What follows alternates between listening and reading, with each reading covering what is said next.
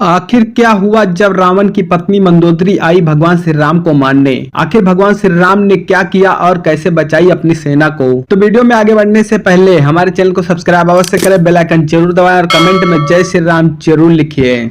रामायण में हमने हमेशा राम रावण के युद्ध और हनुमान जी के लंका दहन सहित अन्य कहानियां सुन रखी हैं, लेकिन शायद ही हमने रामायण के एक अहम पात्र मंदोदरी के बारे में बताया गया है, जो कि भगवान श्री राम को मारने आई थी। तो आखिर क्या हुआ जब रावण की पत्नी मंदोदरी श्री राम को मारने के लिए उनके सामने आकर खड़ी हो गई। आखिर क्यों रावण की मृत्यु के बदला मंदोदरी श्री राम से लेना चाहती थी? क्या मंदोदरी श्री राम को अधर्मी समझकर श्राप दिया था? आखिर क्या है इसके पीछे की कहानी? इस वीडियो को अंत तक अवश्य देखें। आज भी मंदोदरी को केवल रावण की पत्नी नहीं बल्कि एक कर्तव्य और धर्म के रास्ते पर चलने वाली स्त्री के तौर पर जाना जाता है। रामायण के लंका कांड में मंदोदरी को बेहद सुंदर, पवित्र और धार्मिक महिला के रूप में दर्शाया गया है, जिसने बार बार रावण को धर्म के मार्ग पर चलने के लिए कहा और माता सीता को वापस लौटाने के लिए अपने पति से विनती करती रही। मंदोदरी रावण को पराई स्त्री के अपहरण के पाप से बचाना चाहती थी। वाल्मीकि रामायण में एक कथा के अनुसार मधुरा नामक एक दिव्य कन्या ने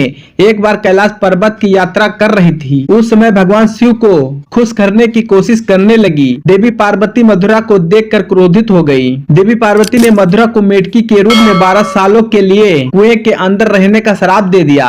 देवी पार्वती के श्राप को सुनकर मधुरा अनुरोध करने लगी, लेकिन माता पार्वती की अनुपस्थिति में मधुरा ने महादेव को लुभाने की कोशिश की थी। महादेव ने देवी पार्वती से इस श्राप को कम करने के लिए कहा कि वो अपना श्राप वापस ले सकती हैं। तब देवी पार्वती ने कहा कि मैं वचन देती हूँ, मधुरा को 12 साल के बाद असली रूप में आ जाएगी। उस समय असुरों के राजा मायासुर और उनकी पत्नी हेमा के 2 पुत्र थे, जिनका नाम मायावी और दंड था, लेकिन उनकी एक पुत्री की चाह थी और पुत्री के चाह के लिए वो कठोर तपस्या करने का फैसला किया। जब वो दोनों कैलाश पर्वत पर तपस्या कर रहे थे, तब इसी बीच मधुरा के 12 साल का श्राप समाप्त होने वाली थी। जैसे ही मधुरा का श्राप पूरा हुआ, वो अपने मूल रूप में आ गई और मदद के लिए चिल्लाने लगी। मायासुर और हेमा उस कुएं के पास ही तपस्या कर रहे थे जिसमें मधुरा कैद थी। उन्होंने मधुरा की मदद की पुकार सुनी और वो तुरंत कुएं के पास पहुंचे, जिसके बाद उन्होंने मधुरा को अपनी बेटी बना लिया और उसका नाम मंदोदरी रख दिया। मंदोदरी के साथ वो अपने महल लौट गए।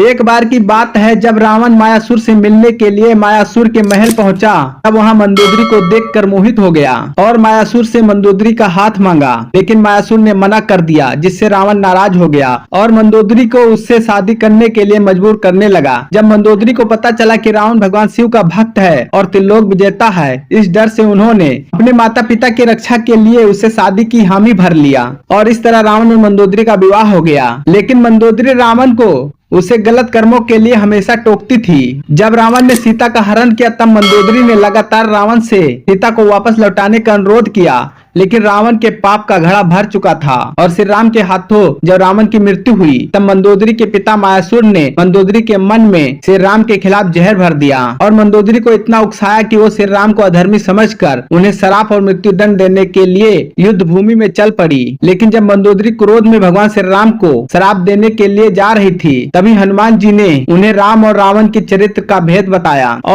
और जब श्री राम मंदोदरी की परछाई से भी दूर हटकर दृष्टि उठाकर देखना उचित नहीं समझा, तब मंदोदरी को समझ आया कि वास्तव में श्री राम मर्यादा पुरुषोत्तम हैं, जो धर्म के रास्ते पर चल रहे हैं। जहां एक तरफ रावण पराई स्त्री के हरण करके उसे जबरदस्ती शादी करना चाहता था, वहीं श्री राम पराई स्त्री की छाया का स्पर्श भी नहीं कर सकते। ऐसे धर्म पुरुष अधर्मी कैसे हो सकते हैं? और मंदोदरी का क्रोध शांत हो गया और श्री राम के आश्वासन के बाद महल वापस लौट आई। बताया जाता है कि भगवान श्री राम ने रावण करने के बाद विभीषण को लंका का राजा बना दिया था, जिसके बाद विभीषण अपनी भाभी मंदोदरी के सामने विवाह का प्रस्ताव रखा। लेकिन मंदोदरी एक सती स्त्री थी जो अपने पति के प्रति समर्पण भाव रखती थी, इसीलिए रावण की मृत्यु के बाद मंदोदरी ने विभीषण से विवाह करने का प्रस्ताव ठुकरा दिया। मित्रों, मंदोदरी एक सती स्त्री थी जो अपने पति के प्रति समर्पण भाव रखती थी। आपका क्या राय है, हमें कमेंट में जरूर बताएं और वीडियो पसंद आया है तो वीडियो को लाइक शेयर जरूर करें और हमारे चैनल को सब्सक्राइब करें। और वीडियो देखने के लिए धन्यवाद।